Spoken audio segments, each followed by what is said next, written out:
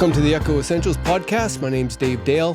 Today we have two of the candidates in the provincial election, Loren and Mick with the NDP and Michelle Lashbrook with the Libertarian Party. First up is Loren.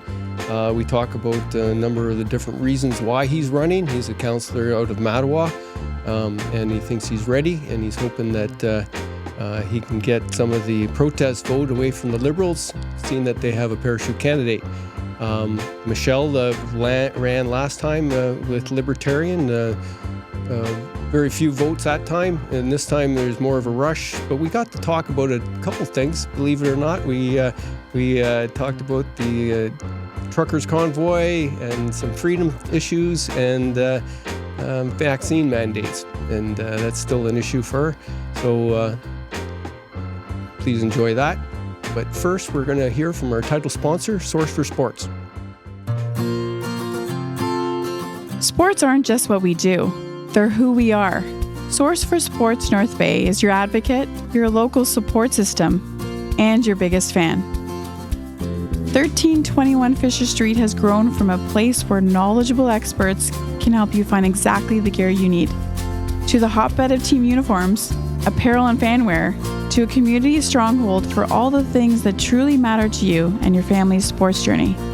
We love helping you find your first pair of skates, as much as we relish supporting local leagues, teams, and athletes. Wherever your sports journey takes you, make sure you visit Source for Sports North Bay at 1321 Fisher Street so we can help you along your way.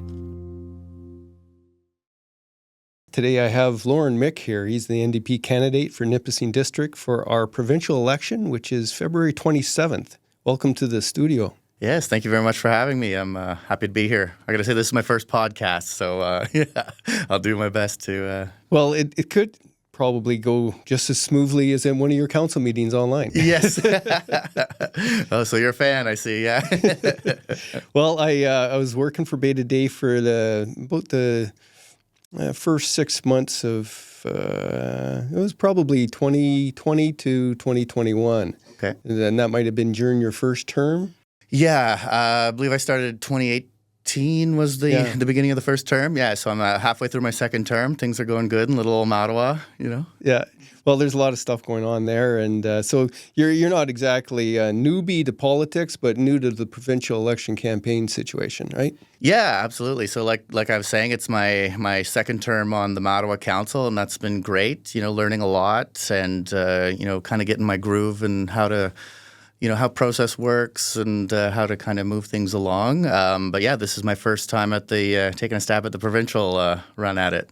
Were you always leaning towards the New Democrat Party?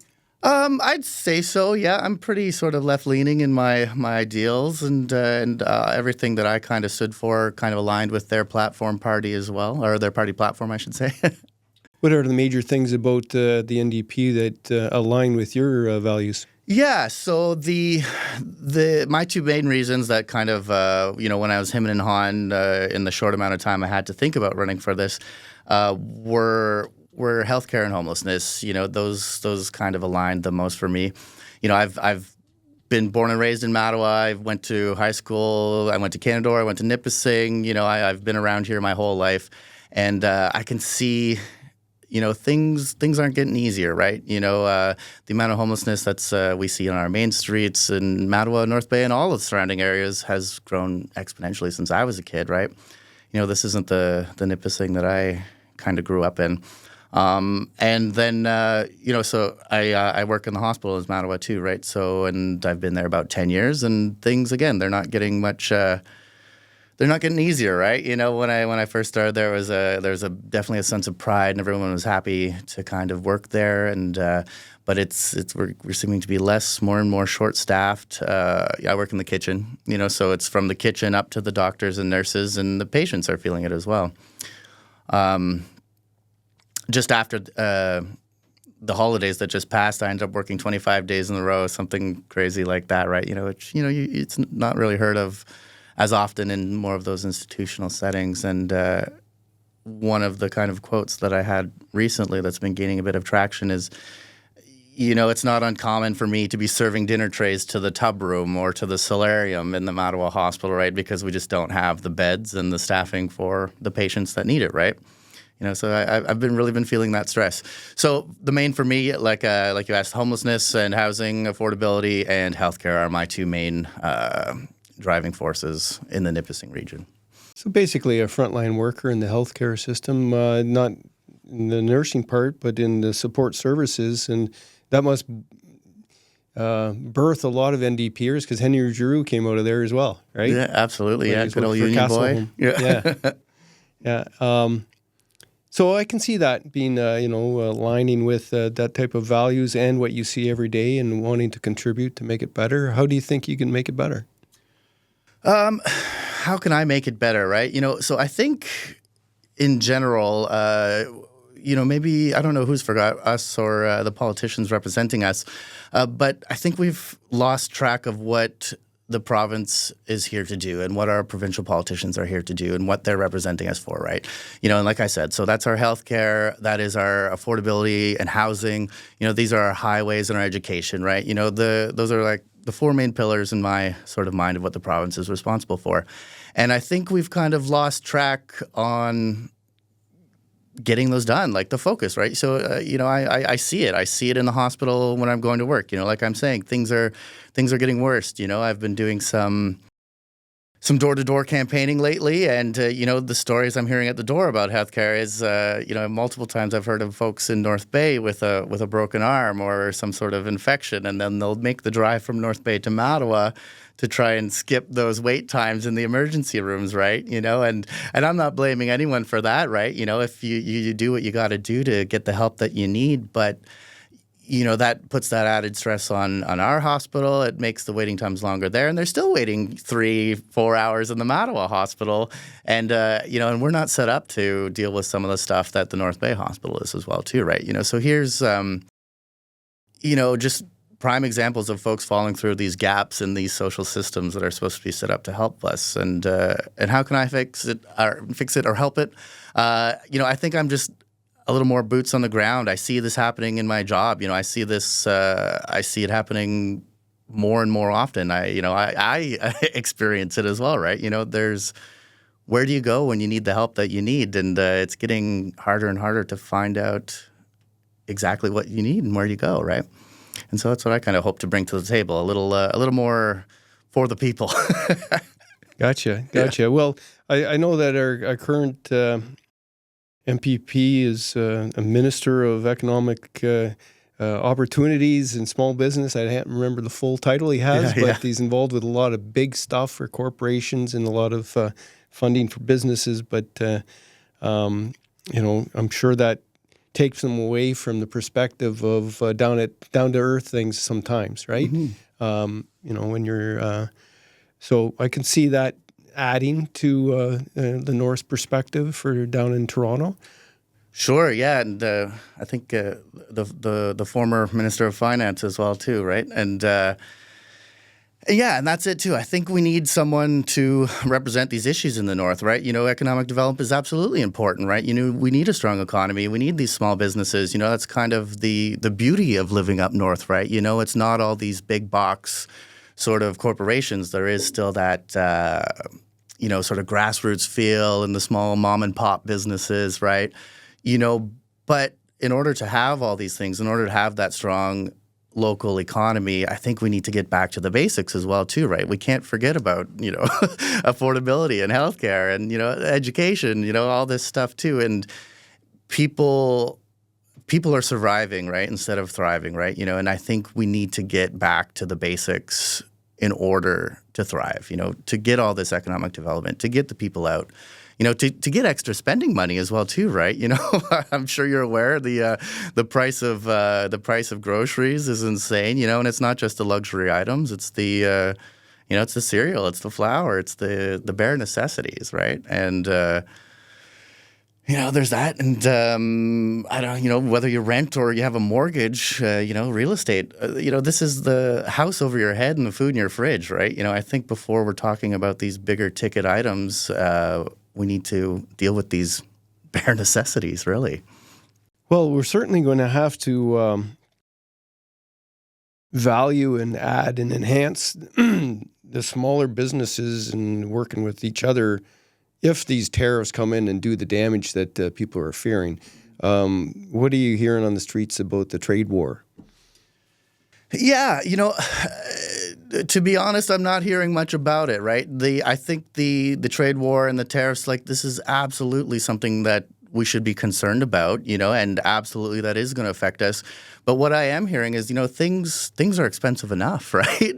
As they are. We can't afford it to get more and more expensive, right? So at the doors, I'm hearing rent, I'm hearing groceries, like I just said, right? And to have things get even more unaffordable, I don't think we can. I don't see how we can let that happen, right? People are struggling enough as it is. What I'm seeing is a lot of people coming to the door, when we're canvassing, and it's a nice older couple, and then from behind them comes their adult son or daughter coming to the door, and then their children are coming to the door as well behind them, right? And it's this. I think maybe started during COVID where, we were all coming home and being closer to family and maybe using it as an excuse to get out of these bigger city centers.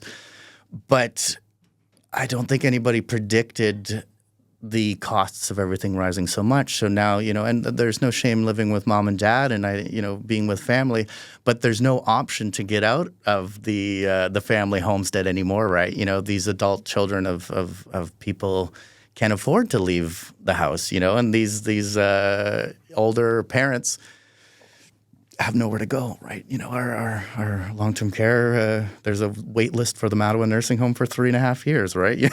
So you don't want to put your name on the list too soon, but I think that's it, right? I'm not hearing the average person is concerned about the price of things getting worse.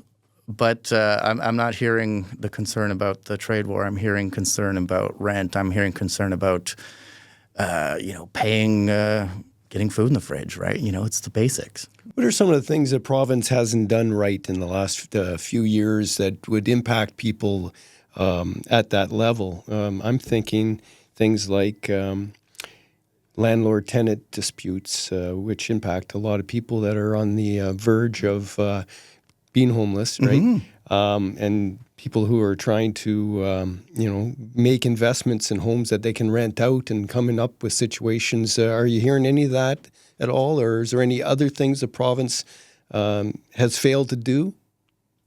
Yeah, well, my mind goes to removing the rental caps as well, thing on the sort of the affordable housing. And I know the party is hoping to bring those in, a little more regulations surrounding that. Rent evictions is a big thing. The other day I was talking to a woman, and that's how she ended up in her sort of apartment as well, too. So I think, it's,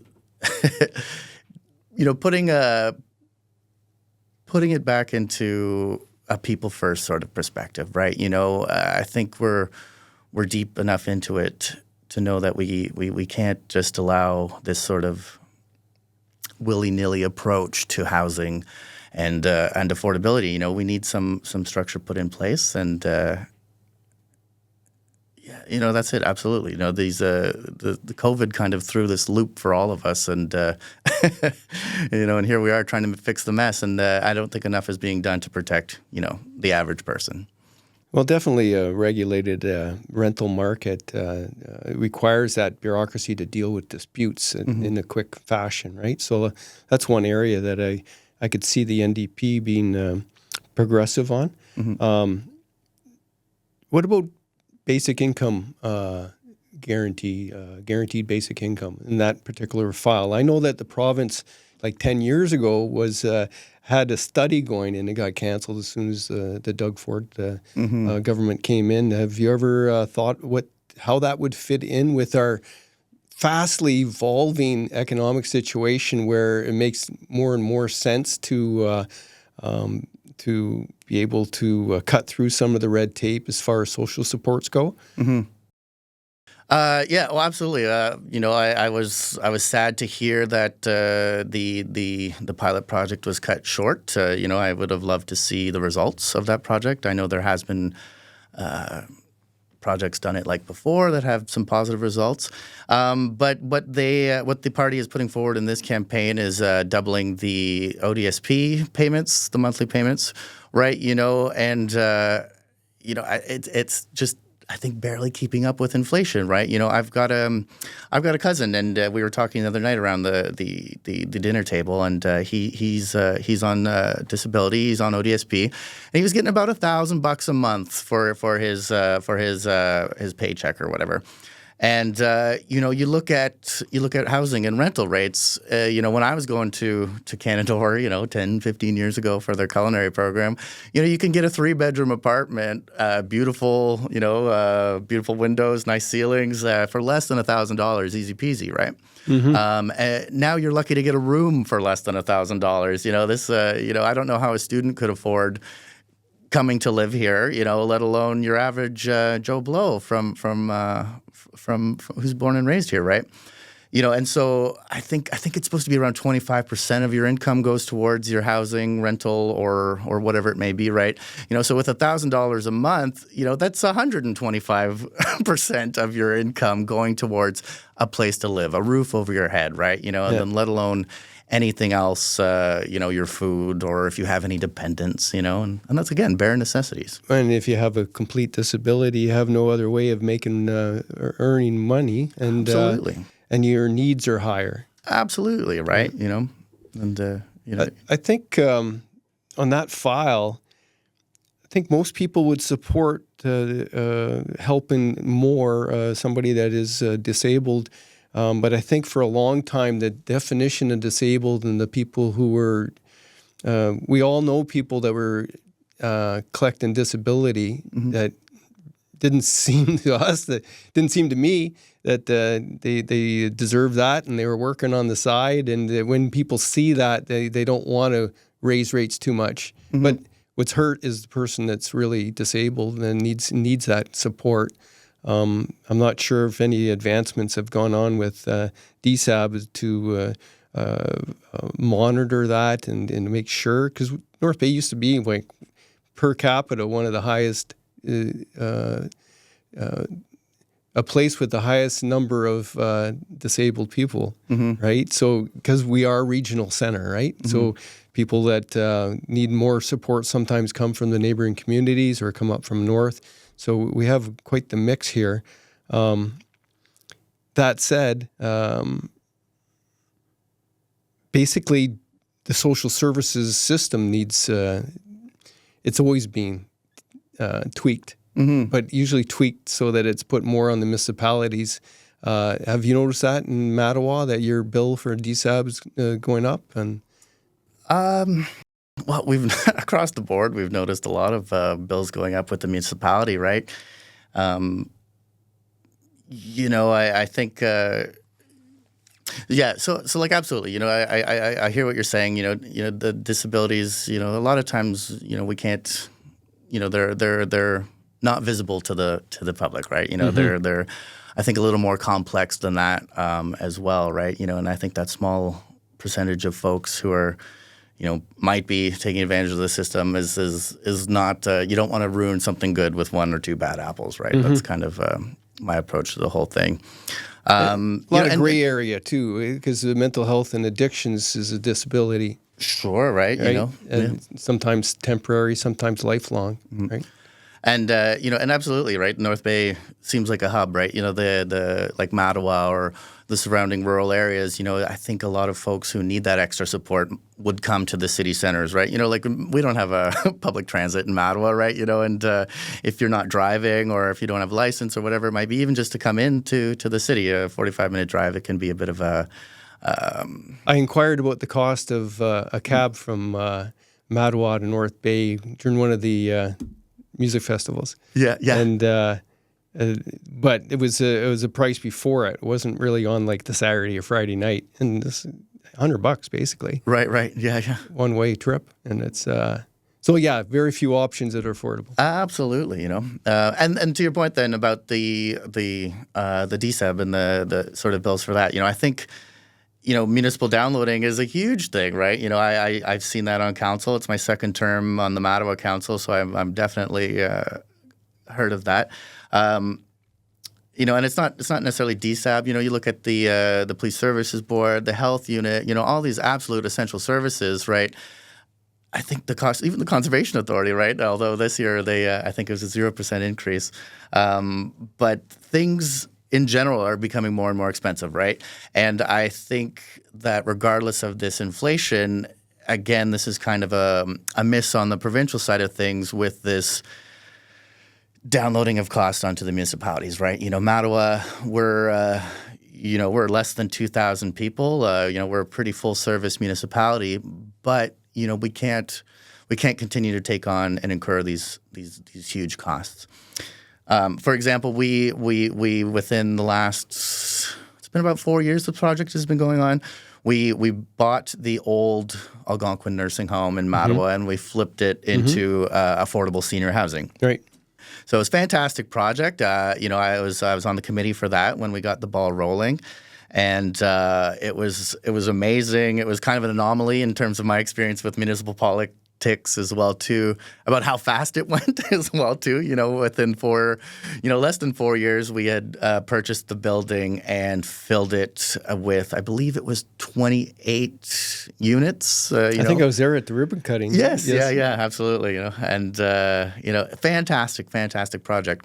But again, so that was something that the municipality had taken on, and now we're kind of sitting on this $5 million mortgage that, we had this little bit of grace period with the banks in terms of how we're going to start paying it off. But now we're stuck kind of figuring, what do we do with this $5 million liability on our books that we can't afford, right? We've got a tax base of, much less than 2,000 people. That's not even, I think we've got floating around 800 households, And so again, it's like kind of an example of this need that the municipalities are kind of being forced to step in. And again, don't get me wrong, a fantastic project, and it was absolutely necessary. We've got a waiting list before we even open for people to move in. But probably not rents that match the need for mortgage payments. Sorry, in which way? Do you earn enough money through rents to pay the mortgage? Oh, no. Yeah, that's it. That's what right? I mean. It's and you want to have a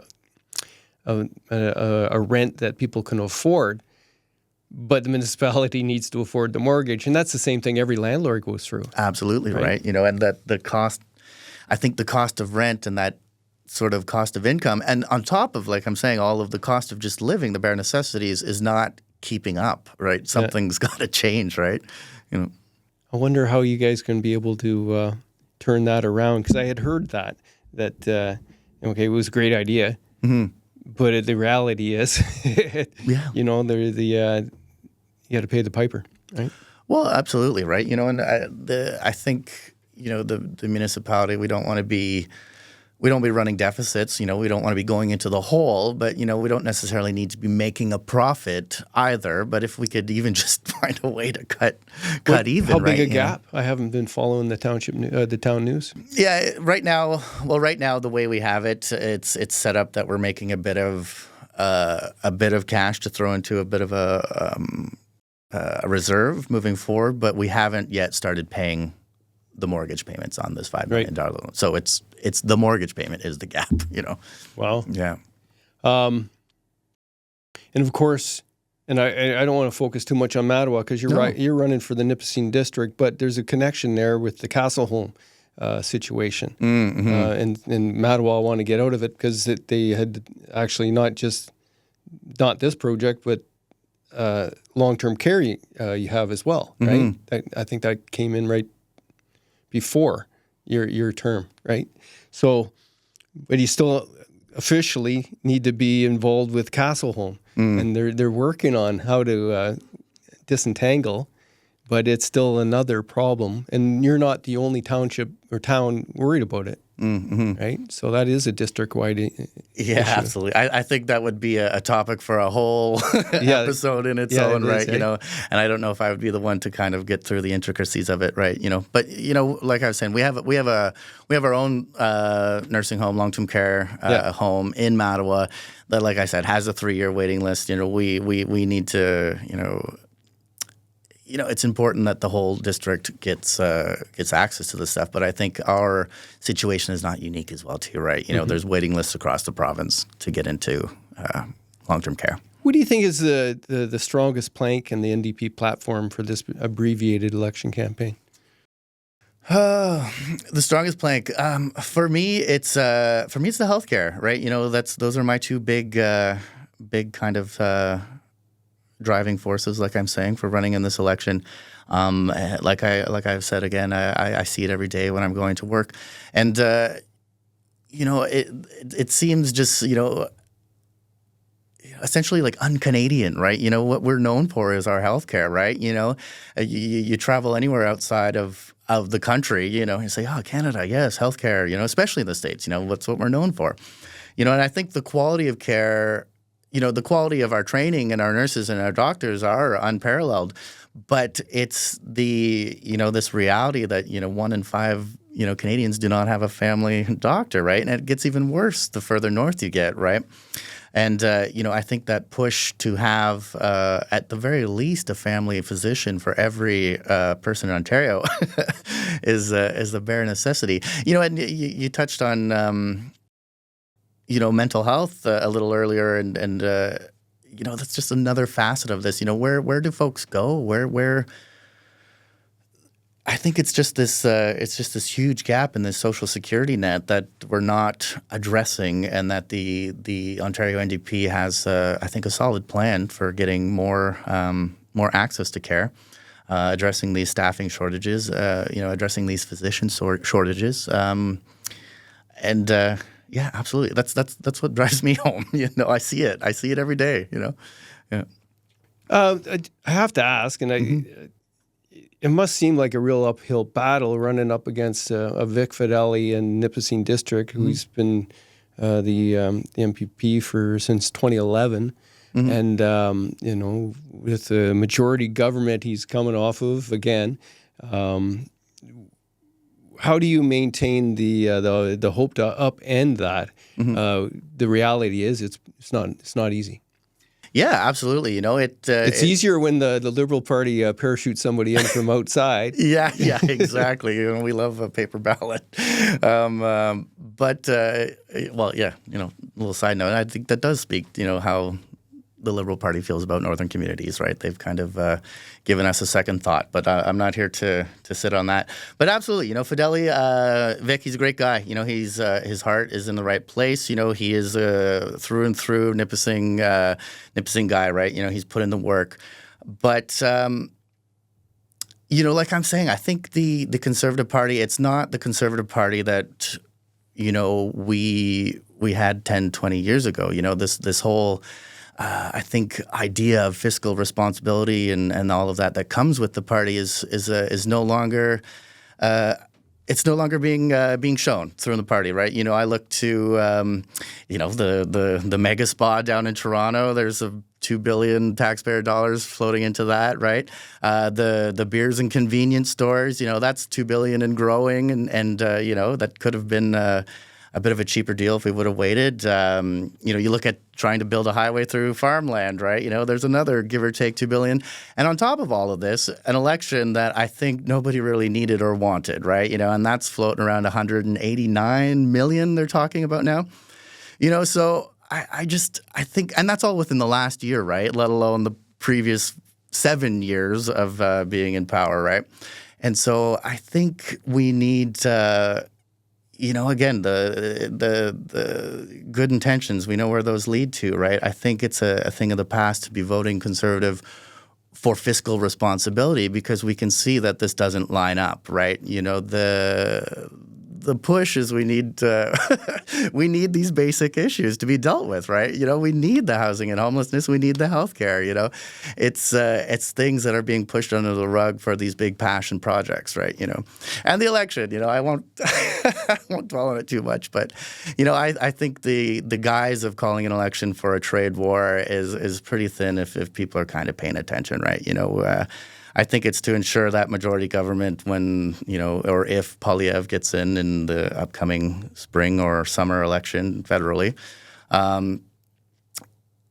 and also on top of like if the party was kind of concerned about the welfare of the district, I don't think we'd be calling election in this such like, unsure political times, right? Like Trump down in the States, you never know what he's going to do, and he's leaning into it hard, as we see, as we are dealing with this trade war and tariffs, right? And with Trudeau and the federal stuff going down, we have an upcoming federal election. It's just, I think what it is, it's taking advantage of this sort of political turmoil and hoping that nobody gets out to vote, right? And that's what it is. It's a self-serving election, if you ask me. And it's February. Oh my God, who calls an election in February, right? It's cold. What if there's a snowstorm? It's unsafe. It's undemocratic. I'm in agreement with the idea that a winter election should be avoided at all costs. It should be illegal. This is insane. What if it's minus 40? And I'm driving in from North Bay 3 times a week. Or in from Mattawa. It's yeah. Keep it to the warmer months. Well, I was going to ask you for one last wrap-up, seeing we're nearing the end of our conversation. You did pretty good with that. Mm-hmm. Is there anything else that you want to be able to tell viewers as far as what you can offer and why it's important to vote NDP in this provincial election? Yeah, absolutely. Like I've been saying, my big things are access to healthcare, affordable housing, and homelessness. This is not the Nipissing that I grew up in. I've, like I said, born and raised here in the district. I've gone for periods as I can, and I'm always finding myself back, right? And I don't think I need to tell you or the viewers that why I keep coming home, right? It is a beautiful spot to be. But I think we need to get back to the basics. We need to get back to address these gaps in our healthcare, address these gaps in our affordability and housing. And I think it's time to, turn over a new leaf. We've the Conservative government has had their time to prove that they are capable of doing so, and I believe they haven't, right? So it's the strategic vote to vote for the NDP if we're going to get some meaningful change in the Nipissing district. And like I was saying, I think we need to be thriving instead of just surviving, and I think a lot of us are. We're tired of living paycheck to paycheck. I know I am. I've got a couple jobs. Not just the hospital in Mattawa, and I know I'm not that far away. If I miss a couple paychecks, I'll be looking for some help as well. Yes, and I guess my last kind of plea or ask, the best thing you can do for me and for the party and, for the district is to vote early. I know you can vote any single day coming up to the election at the business center on Castle Street. I know that was news to me this election, right? So there's no need to worry about the hustle and bustle and lines on election day. And I believe the advance polls for Nipissing District start on February 20th until the 22nd. But I'm not aware of the locations at this point. But yes, please get out, vote early, vote Mick. And I appreciate you having me on the show to kind of... Well, it was good to get to know you a little bit. I've seen you in the Zoom meetings, and I've followed to it as best I can some of the Mattawa news. There's a lot going on there. I think it's representative of a lot of towns, and it sounds like you have a good street-level view of what's really important to people, and a regular Joe trying to get things moving for your own life. So I hope people consider the options if you're not already decided. There's somebody here that's looking for the undecided to move on over to the NDP and try that for a change. Absolutely. Yeah, we'll take anyone. Yeah. Yeah. Well, one of the places I get review comments from these Echo Essential podcasts is at Twigs. When I meet up with a few friends, they go there on Fridays at 2. I have a few other friends that have special times as well. It's a good atmosphere to receive critiques on what we're saying and what we're not saying. Of course, the coffee's great. I like mine medium with raw sugar. I'm told that that's not really raw sugar, but I like to believe it is. and it tastes good. Great place to meet people, take them there for the first time. Very impressive environment at both Twigs here in North Bay. They offer a wide selection of quality beans, fresh roasted in-house every day. 5 locations actually to serve you, from North Bay to Sturgeon Falls to Sudbury. And Twigs offers an espresso bar, gourmet deli, and irresistible fresh baked goods, including gluten-free options. My mom's gluten-free, and she'd appreciate that. So drop by your Twigs and support them, because they support us, the Echo Essentials podcast. It's time to Toyota at North Bay Toyota. Attention truck lovers. Have you been Tundra struck? The powerful and dependable Toyota Tundra is the new definition of grit. Ask us about amazing lease deals on a 2025 Tundra Double Cap SR 4-wheel drive, and experience ingenious levels of capability, technology, and refinement. Or maybe you're an SUV lover? Take advantage of a limited shipment of 2025 RAV4s and discover the perfect blend of style, comfort, and efficiency in a compact SUV that ignites your desire to explore. Right now, get excellent lease deals on the Toyota RAV4 LE all-wheel drive and more. It's time to Toyota at North Bay Toyota, 640 McEwen, or online at northbaytoyota.com for details. This is our special interview with Michelle Lashbrook of the Libertarian Party, and I'm here solo. Scott's out pounding the streets, getting some money for us to keep things going. So welcome to the studio. Thank you. Thank you for having me. This is a rushed election. There's not much time. How do you feel going into the... we're recording this on the Tuesday before the Cogeco debate tonight. Okay, yeah. How are you feeling? Well, let me see. The fact that it was called in the middle of winter, I think a snap election like this is like a huge disservice to people. There's not a lot of time for people to prepare for it, like for the parties to prepare for it, to canvass, to get out there and talk to their communities, to get their messages out there. People that are disabled, that are senior, that don't drive, that's going to affect them. So I think this was tactically planned to ensure that there's low turnout for voting. Exactly that reason. Yeah, conservatives do fairly well when there's low turnout, statistics say. Okay, yeah. So that said, the ostensible reason for it is the trade war with America and Mr. Trump. Yeah. And how do you feel about what's going on there? Well, a couple of things. Like, I think when Trump said that on their end of things, he can't just arbitrarily put a tariff on us. He was looking for a reaction, which he got. They do have to go through Congress there to put taxes like that on Canada. The response, I think, was you're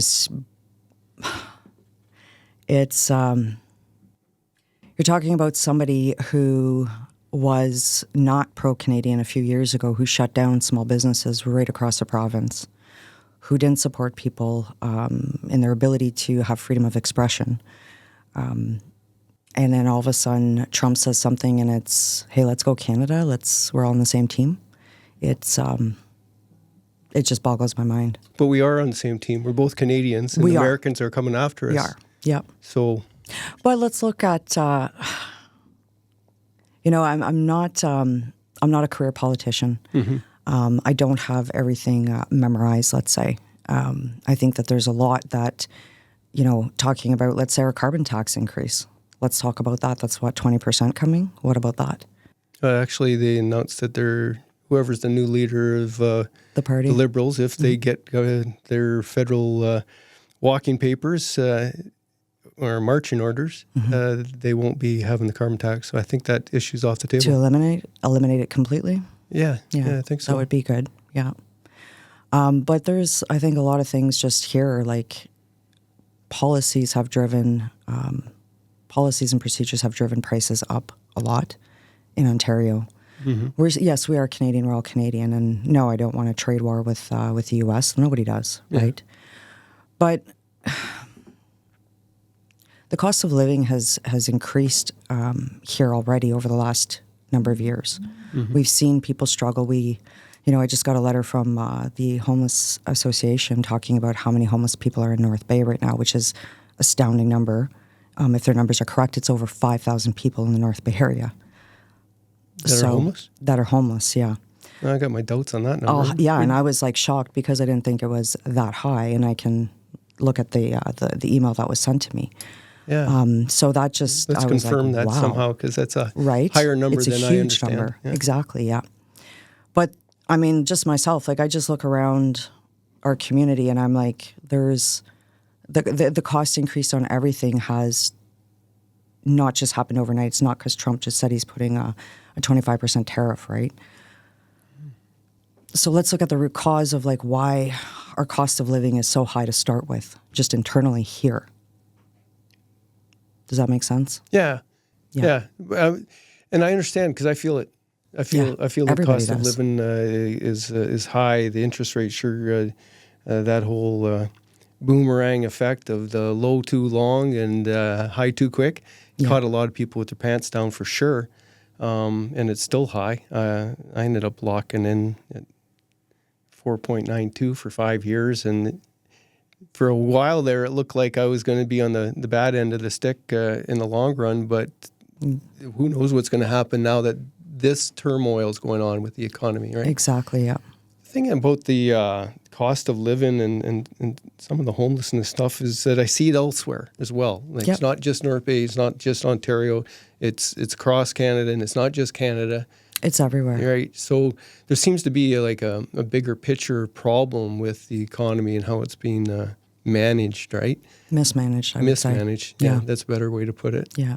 Well, and okay, look, there's terminology out there like the government says government funded. Nothing is government funded. Yeah. Everything is taxpayer funded. Mm-hmm. So when people think the government is just, going to supply, so where's that money coming from? It's coming from our pockets, really. Yeah. And did you get your $200 check? no, I have not received it yet. Yeah. But a lot of people have, and I think the Doug Ford bribe for this election. They that's spent, exactly what it is. $3 billion to send us all $200. Yeah. Anybody over the age of 18. So I'm like, that is exactly that. It's a bribe. Yeah. Right? So if I did that, if I paid It somebody wouldn't be a bribe to buy if they had a surplus and they're doing really well, but they're going further and further into debt with deficits every year. So well, any surplus that's there is going to go back into their own pockets. Like the government has grown so big, it's the biggest employer around. Yeah. Right? Government should not be the biggest employer. It definitely shouldn't be borrowing money to give it to us. No. And we shouldn't be sending so much money to other places when our own, and I mean, I'm sure that there's stuff that'll be coming out on the spending of our money. Like it's our money going to places, and that I might not agree with. I might not want my money to go there, right? Things like in today's in today's day and age, we have technology available to us. We have AI. We have programs. We have anything, any knowledge we want, we can look it up, right? It's available. And yet we have the most broke society, sickest society, unhealthy. Like people are unhealthy everywhere. That's all I hear is asthma, diabetes, cancer, this, that. Like it's rampant everywhere. Mm-hmm. And I'm like, how can we be living in this day and age with the technology that we have and we're not working less and enjoying more benefits? No, Why is it that was the promise opposite? for technology, right? Pardon me? The promise when I was growing up in the 80s was that and 70s is technology is going to give us more time for relaxation and it hasn't. No. Everything I blame is these phones. Pardon me? I blame the phones. Right. Yeah. It's easy access to things. information doesn't make people smarter because they get distracted into the disinformation. I know I saw a meme or something, and I was talking about if you talked to somebody 100 years ago, a couple hundred years ago, and said, all this information available at your fingertips, and people are looking at cat videos. Yeah. It kind of boggles the mind, right? And maybe it'd be helpful. I don't mean to interrupt. No, you, it's okay. But what does the Libertarian Party stand for? So the Libertarian Party, one of the big things that we've been talking about is decentralization. And what do we mean by that? So let's say I got 110% of the votes in this community, right? I still am powerless to do anything within this community because the way everything's set up right now is the MPP answers to their party and they answer to Queen's Park. So, like, why is our money in our community going to Queen's Park for them to make decisions about us? That's one thing that we would really like to see, is that the money goes back to the communities. The communities make the decisions. Because Toronto is not the same as here, is not the same as further up north, right? We all have different needs. And I don't think that somebody in Toronto can make the best decision for us here in North Bay. Mm-hmm. Would you prefer a regional or Northern Ontario versus Southern Ontario, like a I've split? seen that before too, Yeah. And people have talked about a Northern Ontario, yeah, split the Northern from, Ontario Party, Ontario. right? Well, the split right from Ontario, north and the south. Yeah, and but that's still not real close to home, because then you'd be dealing with people in Thunder Bay that want something done different there than here, right? yeah, So, and their needs are different up there than they are here. it's funny So- that the way the Corporation of Ontario is set up, Mm-hmm. North Bay is only, its existence depends on the approval of the province. Exactly. Yeah. And that to me is ridiculous. Like, the people that live here, if there was, let's say, a citizens committee to have, public discussion, public debate, public oversight with the politicians or the public servants that are in our area. So if somebody promises something or whatever and they don't deliver, there should be recall legislation. They should be able to pull them out of their position.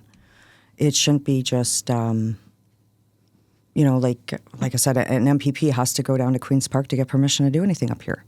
That is, to me, ridiculous. Like, it should go back, so decentralized, right? Mm-hmm. You see, even things like with healthcare. I heard a statement that we have the lowest wait times in Canada or something in Ontario for healthcare, and I'm like, but if your wait times are 15 hours, it's still not good. Mm-hmm. We've got a lot of top-heavy administration and not enough money going down to where it needs to go. What are some of the other libertarian planks? So, for example, for schooling, we believe there is funding attached to every student that goes to school. So even if we lowball it and say $10,000, it's more than that, but $10,000 per student, right? If you had the funding attached to the student, parents can make decision whether they want to homeschool their kids. So you could have a neighborhood with 10 families or 10 children that collectively have $100,000 available to them. They can hire a teacher and they can pay for things for the students. They don't necessarily have to go to school, like the public school system, right? Mm-hmm. So one of the things we want is for parents to have choice, not to be forced to put their kids in a certain area in school just because they live in that area. That they're not, if their child has special needs or their child is a genius, that there's options for them where their children can go to school. So if schools hire quality teachers and they get the funding, it should be run like a business where it makes profit, right? And you can put that back into the schools. Right now, the way it's set up is if you're in this district or this area, you have to go to these specific schools. So why are we limited to where our kids have to go to school? Like, why don't we have more say in that? Does that make sense? Well, I understand the concept. Mm-hmm. I'm trying to picture how that would work, and I understand the economics of scale. Mm-hmm. Make it hard for any system to survive the ins and outs of people making choices from year to year, no matter what it is, right? So that's why you have this sort of mandate of deciding things so that they can budget for it and make something work, right? So I'm a kind of a pragmatic. I can't say it, but pragmatist. Yes. Yeah, I'm also tongue-tied. But so I don't see how a system like that would work on a long-term process. It might work for a year, it might work for 5, but eventually those families will not be able to hire that teacher. That teacher won't be able to make Why would they career not be able decisions. to hire it? Well, if their kids grow up and they're out of school and nobody else wants to hire that teacher, it would make it kind of... And that right? was for, like I was saying, if families wanted to get together in a community and take that money and pool it and have education. So... but I've seen many different sort of ideas like that come together, but the band breaks up, right? Probably the band breaks up because of the regulations and the way the system is built right now is not conducive to giving communities that power to decide for themselves. Yeah, no, right? I think we've been down that road on many times on how that's why we ended up with the systems we have. It doesn't mean that it's great. No, and it's not perfect, right? For sure. Not perfect by a long shot, I'm going to say. Just having I went through school. My kids have gone through school. My grandkids are in school now too, and there's some issues with the way things are. You know? For sure. I hear people complaining. I had my boy went through school, but I actually didn't see it as anything we weren't able to figure out and get through, right? Now, I know some people have other challenges and there's more to it than that, right? For everybody, right? But I think the way to solve that is to make the public system better, not to break it apart. Okay. And that's why I have and a little bit of... that's where we're like, the public system should be made better. It should be run properly. It shouldn't be top-end heavy. It should be more money going down to the students, to the kids, to the schools. Yeah, did you see our podcast of the Near North Board? Bill Steer passed a motion to look at efficiencies, but it really, they're looking at one board instead of having 4 different boards, which is that top heaviness, right? Yeah. And that's one of the things that holds us back to making change, I think, in Ontario on a system level. Yes. Now, I understand that there's a lot of people who would prefer to have more direct control over their child's education and work it out like that. And so your party would want people to have the choice, and any monies that were going into a public system, you could decide, kind of like what the States is doing with charter schools. Okay. Yeah. They're looking at the same sort of thing. Okay. And opting out of the public system and to have private charter schools getting public money to operate. I suspect it's going to be a whole menagerie of quality, and people are going to have to move to get any choice in the matter, because the public system will just tank because it doesn't have that economic sort of economy of scale, right? Yeah. So I think we could watch and see what happens down there and see if that's any better. Yeah. And like, one thing that frustrated me for a couple of years, like more than a couple of years, was that it's like end of October, and like my daughter had issues with busing. The busing still wasn't arranged for her kids. So to me, I'm like, how can you be working? Like, it's a busing. Like, it can't be, I'm not saying it's not complicated. I'm sure busing that many kids is super complicated. However, again, we have technology that can help manage those kinds of things. You think they'd be doing better. And by September, you should have all the busing in place. And if you, as a public servant, can't do your job properly to ensure that families get the busing and this that they need, not several months into the school year, then why are you employed? Why are you being employed, right? Yeah, they actually contract out the busing to a consortium to serve all the different boards, and it's actually I'm not sure if it is public. Okay. Yeah. Contract, but right? the money, where's the money coming from? It's coming from taxpayers, is it not? Yes, it is. Right. Eventually. At the end of the day, it is. Yeah. So you're not doing your job. You don't have the busing situation figured out, and it's literally a couple months into the year.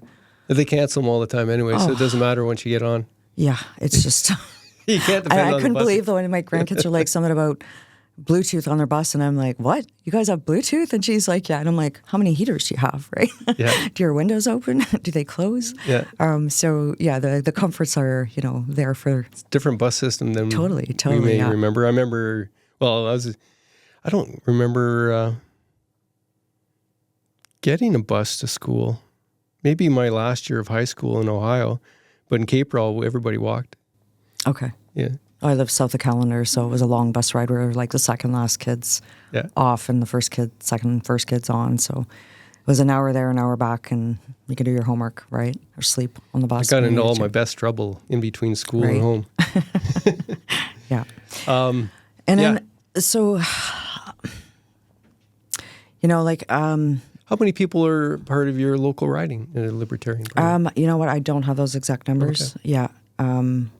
I've been quiet for a couple of years. It was pretty, I think we took a beating over COVID, financially. Yeah. It decimated a lot of people, a lot of businesses, and the psychological you had a small business, trauma. I think, right? Yeah, and so did my husband. We were actually in the process of buying a business, and he had went through the business center and had been eligible for some grant money there to buy the business. And we just put a screeching halt on everything because when they said they're shutting down for 2 weeks, we were like, oh shit, here it's not, like, we didn't think it was going to be 2 weeks. We're like, when you give them that power, they're not going to stop at 2 weeks, right? And then we saw what happened, and thank God we didn't purchase the other business because the driving school was only able to operate. It was, so we shut down, March 18th? And I think there was 3 more days that year that they were allowed to operate. So we would have been paying money that we didn't have. Yeah. So it was just... And dodged a bullet there, right? Yeah. And I mean, even stuff like that. So we were laughing because I'm like, when the testing centers finally opened for driving, they could drive with multiple people a day. But then the government was saying, oh, but as a driving instructor, you're only allowed 4 students per day and you have to wear a mask and goggles, and you have to put a plastic sheet between you and the student. And it's like, how do you reach over and safely grab the steering wheel? And if the driving testers can drive with 16, 20 people a day. Quite make sense, did they? None of them made sense. Like, none of them. Well, it was some of them pure tyrannical, just brutal what happened. And I think as time goes by... It happened all over the world. All over the world. Yeah. And I think as time goes by, you're going to see a lot more coming out that's going to support what we were, talking about back then. It was liquor stores are open, but it's a pandemic. Are you kidding me? It just didn't make sense. Right? Yeah, well, there was some logic to that.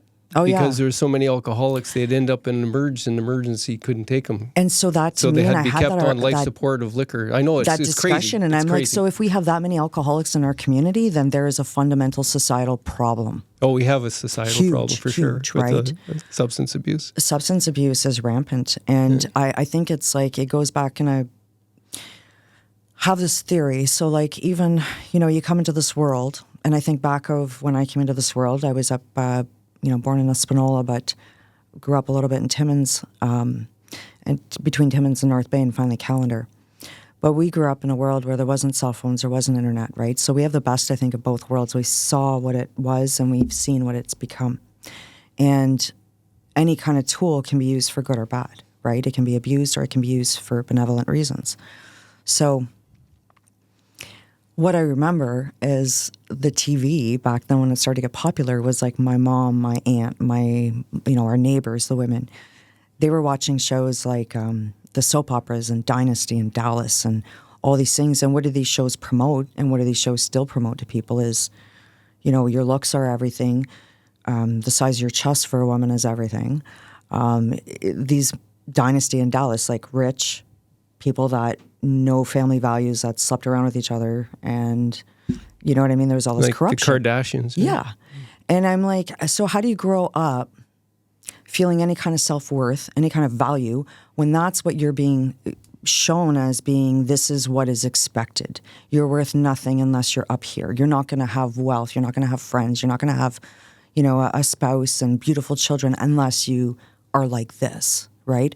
Which is impossible. For the most, 1% of people end up in that level. Yeah.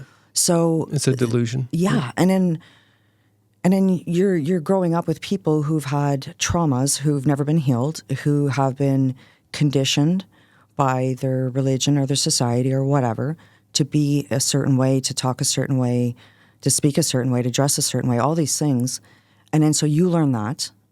And as a society, I could see it when I was in high school, the lengths that people would go through to be accepted, to be popular and stuff, right? So just going back to like people understanding what they're worth, their value, right? Self-esteem. Self-esteem. Yeah. It's been just obliterated from people, I think. And You think that was on purpose or something? absolutely, everything's done on purpose. And with, excuse me, I think everything's done by design and on purpose. There's the powers that be that have been in charge for a long time. There's the extreme wealthy, the people that rule the world, let's say, they're not going to, why would they let go of power, right? I had a discussion with an officer recently, and he said that he's never had so much anxiety about the world as he does right now. And my response was, take a deep breath. Like, when we're kept in fear and we're kept in confusion, like there's so much coming at us every day, we're easier to control. And you can look at COVID as an example. They put out, when the media is owned by the government and they're being paid by them, of course they're going to promote what they're telling them. It's propaganda. It's not media, right? I don't know. I think CBC does a good job covering There's some, the issues. and I'm not saying all, absolutely not. There's some, but there was a lot of stuff that was put out and it was very much one-sided. We saw the freedom of speech being just squashed. You're talking about the truckers' convoy in Ottawa? The truckers' convoy. Like, I was in Ottawa for the pretty much the whole time I was there at the last stand. I saw what they did. I supported you up until the fourth day when you wouldn't leave. Oh.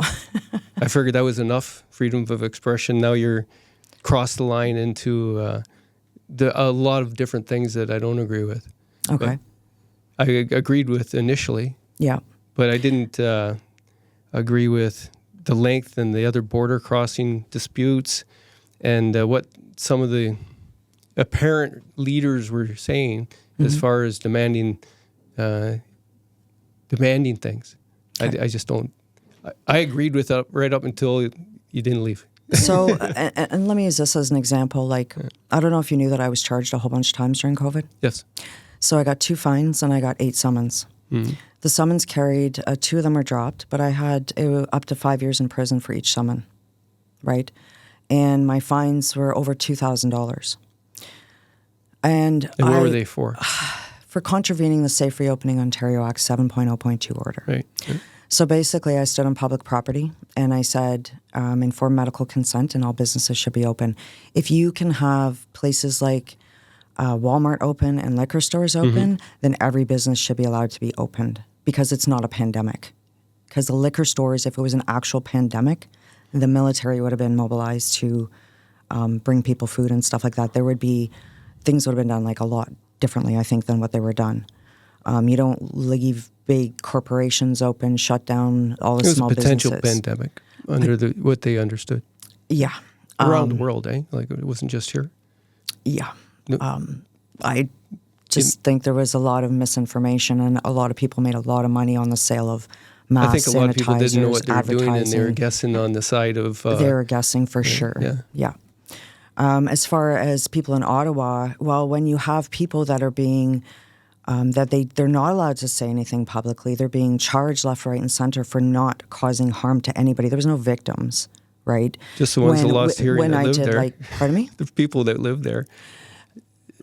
Yeah, okay, so I'm going to back up. But you're living in Ottawa. You're living in the nation's capital. What do you think is going to happen? Like if the whole country is upset about something, that's the thing, though. You're not supposed to be living there in for Ottawa. 3 weeks honking horns. Well, there's a lot of things that shouldn't be, but I know they a couple still of people are, that were there that right? have We shouldn't have bad been. We hearing were right supposed to now. be locked down for 2 weeks. How long was it? It was an evolving situation. I think it was a devolving situation. Yeah. Where the longer it went on, the more tyrannical everything became. Yeah, they were losing Doctors weren't control allowed and to they didn't know what have, to do.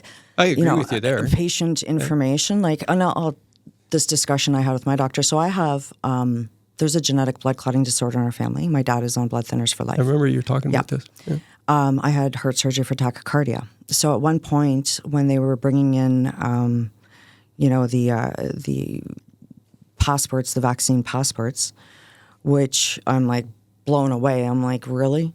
But we were talking about it and I said, like, I have 2 of the 17 conditions because at one point there was 17 conditions on the list of exemptions. So I called my doctor and I said, hey, I want to talk to you about an exemption because I'm not getting the shot. And I have 2 things that are on the exemption list. And he says they've removed 15 of those 17 things and now there's only 2. So my question to him was, scientifically, do you think they've done enough long-term study to be able to safely remove 15 of 17 conditions in a matter of 2 weeks? Yeah. And the response I got was that I got a letter that was saying that I was terminated from the practice, right? Yeah, that's not right. Not right at all. Yeah. And so those things were happening. People were being isolated. People were being, isolation is not, like, talk to seniors who are isolated, right? It's not a fun place to be when you're, never mind like the COVID, just being isolated. It's not a good place to be. It doesn't help with people's mental health. And then they isolated people like all the way across the board, like the separated families. They locked us down, right? So to me, I'm like, we went to Ottawa, but there was like, how long? How many businesses were shut down? Like, when I was working with the organization I was working with before, I worked with women in small businesses that were starting or trying to grow their business. And I'm going to say 99% of them didn't qualify for any of the funding that was available to businesses. But where's that funding coming from? Coming from the taxpayer again, right? So we've got this like all these issues happening. So these women I'm talking to women who are crying, who can't feed their families, who are losing their houses. And then people want to complain about some horn honking in Ottawa. Are you kidding me? My daughter was pregnant when the pandemic was happening, and she was having some major issues and was at the hospital, and her spouse and myself were not allowed in. She could have been losing the baby. And I'm like, you want to talk about trauma? We're sitting here in a parking lot, not being allowed in. Like, she lives with us, right? We all live together. So we're not allowed in for what reason? Why are we not allowed in there? So she could be losing the baby, going through she could die, she could hemorrhage to death. Mm-hmm. And we're stuck out here in a parking lot. To me, that was trauma. Sitting there for hours, waiting to hear if my daughter was okay, if the baby was okay. You think you're traumatized? I had to take a vaccine I wasn't sure about. Right? That's traumatizing for sure. Why would you want to? And to be ostracized, to be cut out from the society, to be made out to be like this awful person. And it's like, people have gone down this road where I don't agree with you on this thing, so you're evil, you deserve to die. There was a lot of hate that went on during this. And it wasn't like, I don't agree with you on this one subject, but I don't think you deserve to die or not get medical treatment. You know what I mean? Where did that go? Where did that ability to have conversation and I don't know. Disagree with certain things. I had lots of conversations with people, and not everybody was saying if you don't get a vaccination, you should die. But there was a lot. Yeah. Well, I didn't see that. I'll send you some pictures. Like I've got tons of pictures and video footage and stuff, and. Yeah, I know when the heated moment of clashing and whatnot, I'm sure people said things that on both sides that were both sides absolutely were definitely not polite. So anyway, I think that, like, when I started this, like I was just saying, like what we've been programmed to think what we need to be and all this stuff. On top of that, you've got all these policies that have been put into place, fees, like permits, like you pay out of your yin yang just trying to survive, you know what I mean, in this day and age. And again, we've had this government in Ontario, and how are things better? They're not. You know, and if I'm looking at the data that the lady from the Homeless Association had sent to me, like that's brutal. Like that, I'm going to be looking into that a lot more because I was shocked at the numbers. Yeah. But please, I'd like to see them too. Yeah, and then you have things like just taxes. Like I think income tax is theft. Like the Libertarian Party, you shouldn't be taxing people on their income. You want to tax items, services, whatever, but you shouldn't be taxing people's income like to the extent that they're being taxed. I hear people saying, you know, like, for an instance, I tried to get in to see a gynecologist here in North Bay, right? Women have needs and see a doctor. Over 2-year wait list. So I went to Southern Ontario where it took me 10 months to get in. I shouldn't have to drive to Southern Ontario to get in to see a doctor in a timely fashion. Mm-hmm. I shouldn't be told you have a 2-year wait list to go see a specialist, and from there, then we'll book you in, right? There's just, I think, so much waste, so much top-end heavy the money's just going all to the top end. It's all top end heavy. Like there's got to be a massive, massive review of our public service, where our money's going to. And again, like the Libertarian Party, we believe in decentralization. Bring it back to the local communities. Let the communities decide what's best for their community, not Queen's Park. So, and I don't believe anything I say. I tell people all the time, you know what? Go research for yourself. You want to know how much, the benefits or the daily food allowance that MPPs are allocated. Go look it up and see what that number is. Do you think that's a little bit high? I do. I'm not going to tell you what it is because I think people should go look for themselves. Go find out where their money's being spent. I got one more question for you. I'm a big believer in changing the electoral process. Absolutely. So that people who want to vote for a Libertarian aren't wasting their vote because there's not enough to make a difference. There is definitely not the way it is. Proportional with the representation. Yeah. Proportional representation. What do you think of that? Well, we don't have that. Yeah, I know. But would you like to see that? Well, I would like to see that for sure. I think people, this whole vote splitting and tactical voting or whatever, I think it's a joke. You need to vote what your conscience says, like what your values are. People do need to vote that. And it's very frustrating, even like, for example, I don't know if you saw, I was going to do a post on that. So January 30th, you could start voting, right? Early voting. And I'm like, but all the candidates aren't in. So how can you start voting before all the candidates are in? The reason why is because the powers that already, the parties that are already in power, they already have their base and they've got their funding. Like, I don't know if people know this, but every year, the parties in Ontario, they get funding. Taxpayer dollars go to these other parties based on how many votes they got. That to me is ridiculous. Why are they getting millions of dollars of my money that I don't want them to have, right? That should be taken out. The parties should be raising money by themselves, not being given taxpayer money. That's a good point. Right? I actually looked up the latest information on that. The last election, they actually approved three quarters of their future payments to be used in their election. So parties like us that, really don't have any money, we don't have millions of dollars sitting there or tens of thousands of dollars sitting there, they're not only just using the money that they have, but they're using future tax, like the future funding. What if they didn't get in? Yeah. Right? But the point is, our dollars should not be going to fund something like that. How many millions per year could we save on that, just in that alone? I think it's just a few million. From what I saw. Okay. Just a few million. Just a few million, right? But which is less than the few billion it took for the Doug Ford bribe check. Right. Yeah. If we did that, if we went out it's a good tried point. to do that. It's a good point because that's indicates that it further just sort of supports the parties that are already there and not gives voices to other parties like yourself. No, it doesn't. It's not conducive to letting the people know exactly what their options are, all their options. I'll let you wrap it up with a 60-second thing. Why should somebody vote for you? Somebody should vote for the Libertarian Party because we believe in decentralization. We believe in freedom of speech. We would support that 110%. We believe in recall legislation. We believe that, people should have the right to make their own decisions and not be forced through mandates and policies that they have to do something, because we do believe that people are going to make the best choices for their families, not the government.